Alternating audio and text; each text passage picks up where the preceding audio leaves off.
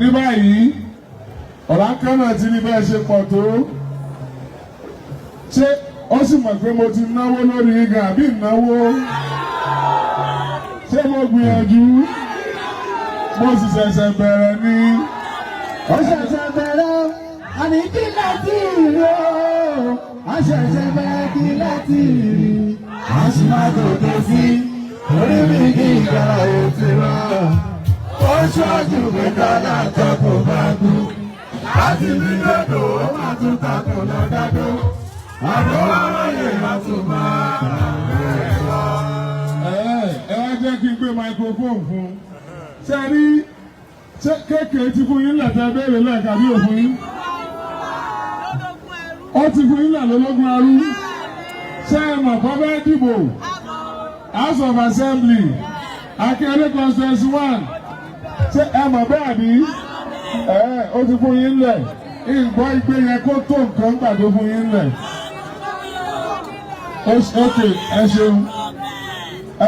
Kéèké dà, thank you, ẹ ṣe gan ni. Gbogbo ẹni tí ẹgbẹ́ wa bá ti mú, wọ́n bá ti mú gbogbo ẹni tí wọ́n mú tán, á gbórúkọ wọn wá bá yín. Àwọn tí wọn ò bá mú náà, á jọ ṣèjọba ní. So gbogbo àwọn tí wọ́n fi hàn yìí, ẹ fọkàn balẹ̀ dídùn lọ́sọ̀ọ́sọ. Àwa náà rọkọ̀ fún yín, kìí ṣe ọkàn kìí ṣe méjì. Àwa náà ra ọkọ̀ fún yín. Ilẹ̀ tí wọ́n fún yín, àwa náà lákọ̀. Torí kò sólò sínú ẹgbẹ́ tiwa. Àwọn àyèsí yìí jà. Honorable distinguished Senator Shakirullah Ọ̀lànkà ẹ̀rọ náà fa àwọn ìyá yìí.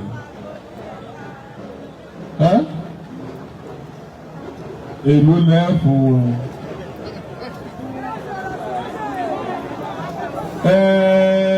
Owó yẹn náà tóbi, ó tóbi, ọ̀tọ̀rí pé wọ́n tóbìnrin, tó jẹ́ pé bẹ́ẹ̀ bá rẹ̀ yọkan nù wọn, 100 rẹ̀ yọkan nù wọn.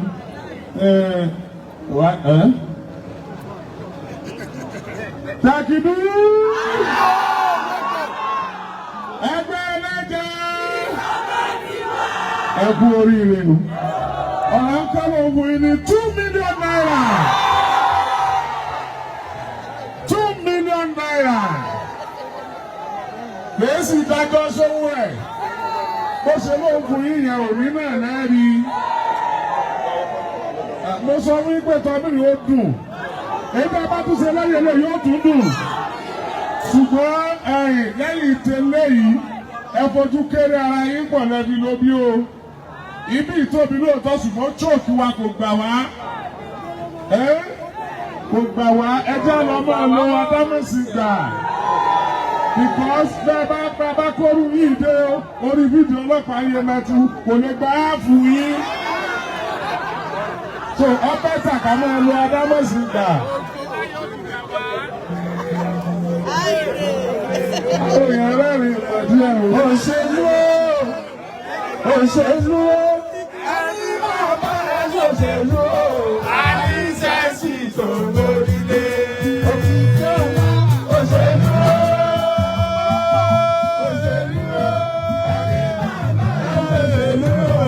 àníṣẹ́sì tó lórílé.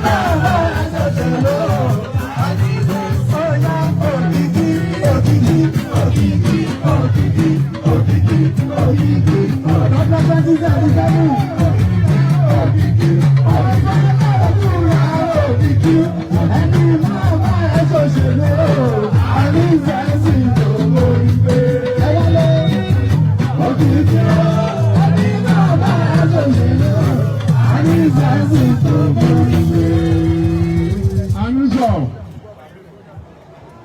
mo ń wojú ẹ, ètò ìbá ti fẹ́ tètè sọ fún mi, ètò ìbá ti fẹ́ jẹ́ máa gbọ́, mo ń wojú ẹ mẹ́yẹn o. Ọ̀pọ̀lọpọ̀ nínú àwọn tí wọ́n wá bílẹ̀ ní àwọn honourables yìí, àárọ̀ yìí lọ́pọ̀lọpọ̀ gbọ́, àná lẹ́lòmíì gbọ́, wọ́n dẹ̀ dìde. Ẹni pé wọ́n nífẹ̀ẹ́ yín bẹ́ẹ̀ yẹn, ẹ̀yin náà máa ń dáfẹ́ yẹn padà o. Ràhùn tí o ti fowó lẹ̀, o ti fowó lẹ̀, Ràhùn èso ló ṣe èèyàn, gòkè níhun, ogun ẹ̀ tó ti fowó lẹ̀ kí n tó dé wọ́n jẹ tẹ́tẹ́ ni.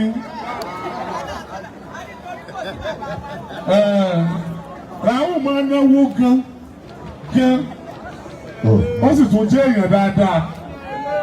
Ràhùn Akínyẹlé ló ti wá constituency 2. Èló lẹ́ẹ̀ fáwọn ìyá wa yìí, wọ́n cut across gbogbo Ọ̀yọ́ state. Ibi wọ́n bá sì wà, ibi ọjà wọn, ẹ wò láìpẹ́ yìí gbogbo ẹ̀yẹ Ẹlẹja pé àwọn oníkà kọ́kọ́ wá kiri ìhun. Ìtẹ́ẹ̀bì máa tajà àti ṣe. Tẹ́ máa wọ̀ lórí aṣọ yín yẹn. Apron tẹ́ máa wọ̀, màá fún gbogbo yín. Tẹ́ máa lò ó, ọ̀fẹ́ ni. Ibi ẹ̀ máa tọ́jú fóònù sí wa ń bẹ̀. Ibi ẹ̀ tọ́jú owó sí wa ń bẹ̀. Ọ̀fẹ́ ni àti ṣe. A ó sọ fún wọn pé mẹ̀kúnnù ló ní ìjọba. A ó sọ fún wọn ló ní ìjọba. Àwa ni ìyá sójà. Àwa ni ìyá sójà. A ó sọ fún wọn pé mẹ̀kúnnù ló ní ìjọba.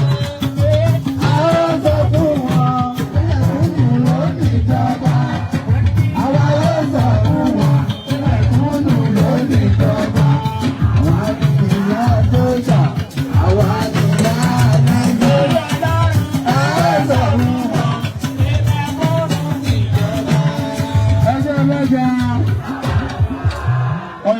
Ràhùn. Ẹnjìnìá ní ìfẹ́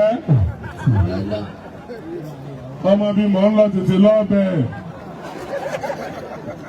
Ràhùn fún yín ní 500,000 naira. Etí ọ̀bá ní fún yín kò ní sọ. Bó ṣe jẹ́ nìyẹn. God bless you. Ta ló kù tí mi ti pè? Àkúrú. Àwọn ọ̀dà yọ̀dà.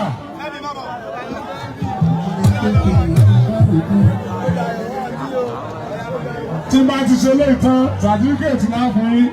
Fẹ́mi èlò. Fẹ́mi Lágẹ̀lú ló ti ń bọ̀. Lágẹ̀lú state constituency 200,000 naira. Ó dayọ̀.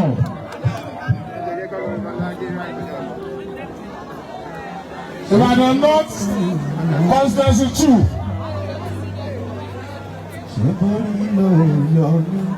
Ó dayọ̀ 200,000 naira.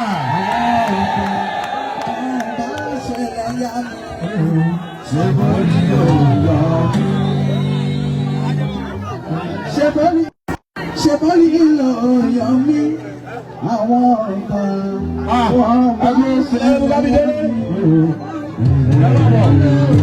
Adéògùn ọ̀dàlẹ́bí Bámidélé àwọ̀dà.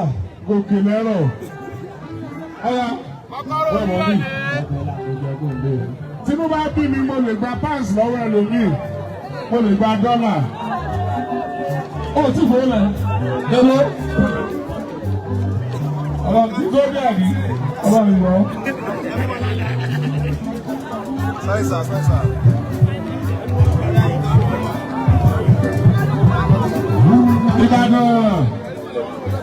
Ìbàdàn North West South West. Federal Honourable. Ẹ̀gbọ́n mi dúró náà, dúró dàdúró. Èlò. Ẹ̀wọ̀n ẹ̀pà mi. Sẹ́mi nà ẹ bá sọ̀rọ̀ pẹ̀lú mi. You are now talking. 500,000 naira.